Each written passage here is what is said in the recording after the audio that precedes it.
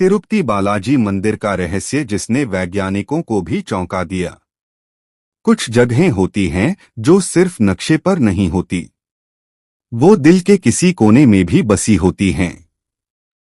आंध्र प्रदेश के चित्तूर जिले में तिरुमला की 7 पहाड़ियों के ऊपर एक मंदिर खड़ा है। वेंकटेश्वर का मंदिर, तिरुपति बालाजी का धाम। और जब आप उस मंदिर की सीढ़ियां चढ़ते हैं तो एक अजीब सी बात होती है। पांव थकते नहीं, सांस रुकती नहीं, बल्कि एक अजीब सी खिंचाई होती है, जैसे कोई ऊपर से बुला रहा हो। लोग कहते हैं भगवान वेंकटेश्वर खुद अपने भक्तों को बुलाते हैं। बिना बुलाए यहां कोई नहीं आता। आज मैं आपको एक कहानी सुनाने जा रहा हूं। यह कहानी सुनकर शायद आपकी आंखें नम हो जाएं, शायद आपका दिल भारी हो जाए। तो चलिए उन पहाड़ियों की ओर जहां पत्थर भी बोलते हैं और हवा में भजन घुला होता है। नमस्कार प्यारे दर्शकों, एक बार फिर आपका हार्दिक स्वागत करता हूं आपके अपने चैनल में। दोस्तों, आज हम एक नई कहानी और एक नया वीडियो लेकर आपकी सेवा में उपस्थित हुए हैं। आज की कथा अत्यंत ज्ञानवर्धक और प्रेरणादायक है। कथा शुरू करने से पहले आपसे एक विनम्र निवेदन है। शास्त्रों में कहा गया है कि अधूरी छोड़ी गई कथा दुख और पाप का कारण बनती है। इसलिए इसे अंत तक अवश्य सुनें, और अगर आप भी बालाजी से सच्चा प्रेम करते हैं तो इस वीडियो को लाइक करें, हमारे चैनल को सब्सक्राइब करें और कमेंट में जय बालाजी लिखकर अपना समर्थन दें।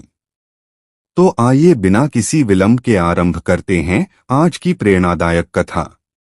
बात तब की है जब सृष्टि नई थी। देवता, दानव और मनुष्य तीनों अपनी अपनी दुनिया में थे। लेकिन स्वर्ग की बात अलग थी। वहां एक दिन कुछ ऐसा हुआ जिसने पूरे ब्रह्मांड की दिशा बदल दी। ऋषि भृगु तपस्वी, ज्ञानी और जिद्दी भी, उन्होंने एक बार यह जांचने का फैसला किया कि तीनों देवों में ब्रह्मा, विष्णु और महेश सबसे श्रेष्ठ कौन है। कौन सबसे पहले उनका आदर करेगा। वे पहले ब्रह्मलोक गए। ब्रह्मा जी अपनी सृष्टि में इतने मगन थे कि उन्हें भृगु की उपस्थिति का ध्यान ही नहीं रहा। फिर वे कैलाश पहुंचे। शिव जी और पार्वती मां आपस में इतने खोए हुए थे कि भृगु को वहां भी उचित सम्मान न मिला। अंत में वे बैकुंठ पहुंचे, जहां भगवान विष्णु क्षीर सागर पर शेषनाग की शैया पर विश्राम कर रहे थे। लक्ष्मी मां उनके चरण दबा रही थी। भृगु ने देखा कि भगवान की आंखें बंद है, और तब उन्होंने कुछ ऐसा किया जो शायद सोच समझकर नहीं बल्कि क्रोध में किया। उन्होंने भगवान विष्णु की छाती पर लात मार दी। पूरा बैकुंठ सन्न रह गया। लक्ष्मी मां की सांस रुक गई। शेषनाग ने अपनी आंखें खोल ली। लेकिन भगवान विष्णु वे उठ गए और सबसे पहले उन्होंने भृगु के पांव पकड़ लिए और कहा, ऋषिवर क्षमा करें, मेरी छाती कठोर है। आपके कोमल चरण को चोट तो नहीं लगी। भृगु की आंखें भर आई। इस विनम्रता ने उनका मन जीत लिया। उन्होंने घोषित किया, विष्णु ही सर्वश्रेष्ठ है। लेकिन लक्ष्मी मां का दिल टूट गया था। उनके पति की छाती पर किसी ने लात मारी और उन्होंने प्रतिशोध नहीं लिया बल्कि क्षमा मांगी। यह उनसे सहन ना हुआ। वे रूठ गई। वे बैकुंठ छोड़कर पृथ्वी पर चली गई, कोल्हापुर नामक स्थान पर, और भगवान विष्णु उनके बिना बैकुंठ खाली लगने लगा। वे भी पृथ्वी पर उतरे। उन्होंने अपनी प्रिया को ढूंढना शुरू किया, और यहीं से शुरू होती है तिरुमला की कहानी। विष्णु भगवान पृथ्वी पर आए और तिरुमला की इन्हीं 7 पहाड़ियों पर रहने लगे। वे यहाँ वराह स्वामी के रूप में वास करते थे। पहाड़ियां हरी भरी थी, नदियां कलकल बहती थी और पक्षी मानो भजन गाते थे। लेकिन भगवान का मन उदास था।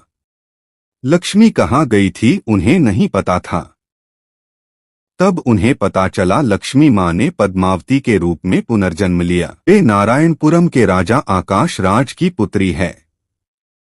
भगवान ने एक दिन उन्हें देखा। एक बगीचे में फूलों के बीच जैसे स्वर्ग का टुकड़ा धरती पर उतर आया हो, और उस पल से भगवान विष्णु जो त्रिभुवन के स्वामी हैं, जिनकी एक दृष्टि से सृष्टि बनती और मिटती है, वे एक साधारण प्रेमी की तरह बेचैन हो गए।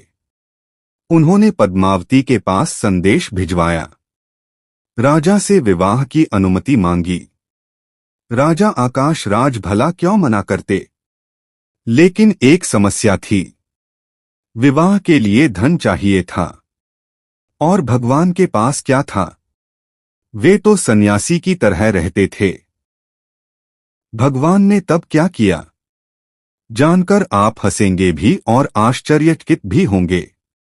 उन्होंने धन का इंतजाम करने के लिए कुबेर धन के देवता से कर्ज मांगा।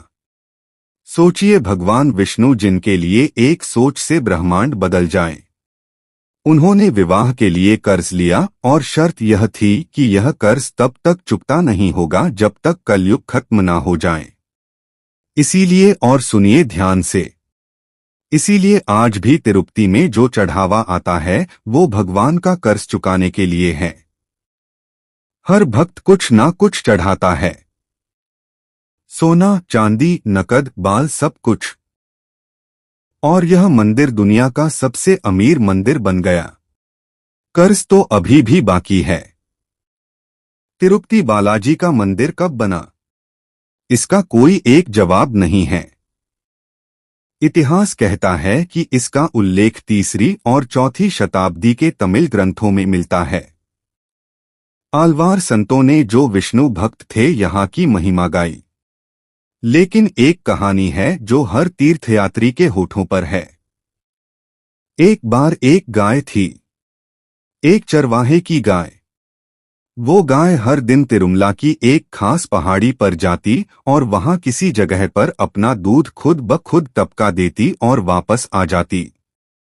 चरवाहा हैरान था, गाय दूध दे ही नहीं रही थी, वो दुबली होती जा रही थी, लेकिन उसके चेहरे पर एक अजीब शांति थी। एक दिन चरवाहे ने पीछा किया। उसने देखा गाय एक घनी झाड़ी के पास जाकर रुकी और उसका दूध अपने आप बहने लगा, जमीन में समा गया। चरवाहे ने वहां खुदाई की और वहां से निकला एक विग्रह, भगवान वेंकटेश्वर की मूर्ति। उस दिन के बाद से मंदिर की नींद पड़ी। लेकिन यह सिर्फ एक कहानी नहीं है, यह उस सत्य की कहानी है जो हर भक्त अपने दिल में रखता है कि भगवान खुद प्रकट होते हैं, खुद आते हैं, अपनी जगह चुनते हैं। तिरुमला की 7 पहाड़ियां, इन्हें सप्तगिरी कहते हैं, और इनके पीछे एक पौराणिक कथा है जो रोंगटे खड़े कर देती है। कहते हैं कि शेषनाग भगवान विष्णु के आसन ने खुद इन पहाड़ियों का रूप ले लिया ताकि उनके प्रभु को आराम की जगह मिले। हर पहाड़ी एक फन है शेषनाग का। शेषाद्री, नीलाद्री, गरुड़ाद्री, अंजनाद्री, वृषभद्री, नारायणाद्री और वेंकटाद्री, 7 नाम 7 रूप। इनमें सबसे ऊंची है वेंकटाद्री, और यही विराजते हैं भगवान वेंकटेश्वर। जब आप इन पहाड़ियों पर चढ़ते हैं और पैदल चढ़ते हैं तो करीब 4000 सीढ़ियां होती हैं। हर सीढ़ी पर एक अजीब सा एहसास होता है, जैसे सांस भारी होती जाती है, लेकिन दिल हल्का होता जाता है। लोग कहते हैं जो इंसान यहां नंगे पांव चढ़ता है उसके सारे पाप जल जाते हैं। हर कदम एक तपस्या है, हर सांस एक प्रार्थना। और जब आप ऊपर पहुंचते हैं तो दूर दूर तक फैली घाटियां दिखती है, ठंडी हवा आती है और एक अजीब सा सुकून आ जाता है, जैसे भगवान ने कहा हो आ गए, अच्छा किया। यहां तक तो इतिहास और पौराणिक कथाओं की बात थी, लेकिन अब मैं आपको कुछ ऐसे रहस्य बताता हूं जो सुनकर आप सोचते रह जाएंगे। पहला रहस्य, भगवान की पीठ पर वाल। मंदिर के अंदर भगवान वेंकटेश्वर की मूर्ति है और इस मूर्ति की पीठ पर असली मानव बाल हैं और यह बाल हमेशा नम रहते हैं, कभी सूखते नहीं। पुजारियों ने बताया है कि हर सुबह जब मंदिर के पट खुलते हैं तो भगवान की पीठ पर यह बाल ताजा और नम होते हैं। वैज्ञानिकों ने इसका परीक्षण किया, कोई नमी का स्रोत नहीं मिला। दीवारें सूखी हैं, हवा में नमी नहीं है लेकिन बाल नम है। जवाब नहीं मिला। दूसरा रहस्य, भगवान के कान की आवाज। कहते हैं कि अगर आप भगवान के मुख्य विग्रह के कान के पास जाएं और ध्यान से सुने तो समुद्र की लहरों की आवाज सुनाई देती है, जैसे शंख में समुद्र होता है। लेकिन यह मंदिर समुद्र से सैकड़ों किलोमीटर दूर है। तीसरा रहस्य, मूर्ति का तापमान। भगवान वेंकटेश्वर की मूर्ति एक ऐसे पत्थर से बनी है जिसका नाम किसी को नहीं पता। यह ना संगमरमर है ना ग्रेनाइट, इसे किसी ने नहीं पहचाना। और इस मूर्ति का तापमान हमेशा 110 डिग्री फ़ारेनहाइट रहता है, यानी इंसानी शरीर के तापमान से थोड़ा ज्यादा। जैसे यह मूर्ति जीवित हो, जैसे इसके अंदर कोई धड़क रहा हो। चौथा रहस्य, दीपक जो कभी नहीं बुझा। मंदिर के गर्भगृह में एक दीपक है जो सदियों से जल रहा है। कोई नहीं जानता कि यह कब जला था, इसे बुझते किसी ने नहीं देखा और इसमें तेल कौन डालता है यह भी कोई नहीं जानता। पुजारी कहते हैं यह दीपक भगवान खुद जलाते हैं। पांचवा रहस्य, भगवान की आंखें। भगवान की मूर्ति की आंखें वे इतनी तेज है कि उन्हें खुला नहीं रखा जाता। कहते हैं कि जब भी पट खुलते हैं भगवान की पूरी दृष्टि देखना असहनीय हो जाता है। इसीलिए उनकी आंखों पर हमेशा एक पट्टी या चंदन का लेप होता है। यह सिर्फ परंपरा नहीं है, यह एक सावधानी है। उनकी आंखें जब पूरी खुलती है तो जो भी सामने होता है उसका क्या होता है यह कोई नहीं बता सकता। छठा रहस्य, मंदिर के पीछे का वन। मंदिर के ठीक पीछे एक घना वन है, इसे बैकुंठ वन कहते हैं। इसमें कोई नहीं जाता, पुजारियों ने भी नहीं। कहते हैं कि इस वन में कभी कभी रात को एक अजीब सी रोशनी दिखती है, ऐसी रोशनी जो ना चांद की है ना तारों की। और इस वन में पक्षी हमेशा एक ही दिशा में उड़ते हैं, मंदिर की ओर। अब मैं आपको एक कहानी सुनाता हूं। यह कहानी एक इंसान की है। उसका नाम था रामदास, एक गरीब मजदूर तमिलनाडु के एक छोटे से गांव का। रामदास की मां बीमार थी, बहुत बीमार। डॉक्टरों ने जवाब दे दिया था। दवाइयों का खर्च था जो रामदास उठा नहीं सकता था। एक रात रामदास सोया नहीं, वो बैठकर रोता रहा और अचानक उसके मन में आया तिरुपति। उसने मां से कहा। मां ने मुस्कुराकर कहा, जा बेटा बालाजी से मांग। रामदास के पास इतने पैसे नहीं थे कि बस का टिकट खरीद सके। उसने अपने पड़ोसी से उधार लिए। तिरुपति पहुंचा, पहाड़ी की सीढ़ियां चढ़ी, नंगे पांव पथरीली रहा। तेज धूप पांव छिल गए, लहू आया, लेकिन वो रुका नहीं। मंदिर के अंदर पहुंचा, भगवान के सामने खड़ा हुआ। उसके पास कुछ नहीं था चढ़ाने को, ना सोना ना चांदी ना पैसे। उसने अपने सिर के बाल दे दिए और भगवान के सामने हाथ जोड़कर कहा, प्रभु मेरे पास और कुछ नहीं, यह बाल ले लो, मां को बचा लो। वो वापस गांव लौटा। मां ठीक हो गई थी। डॉक्टर हैरान थे, कोई चिकित्सकीय व्याख्या नहीं थी।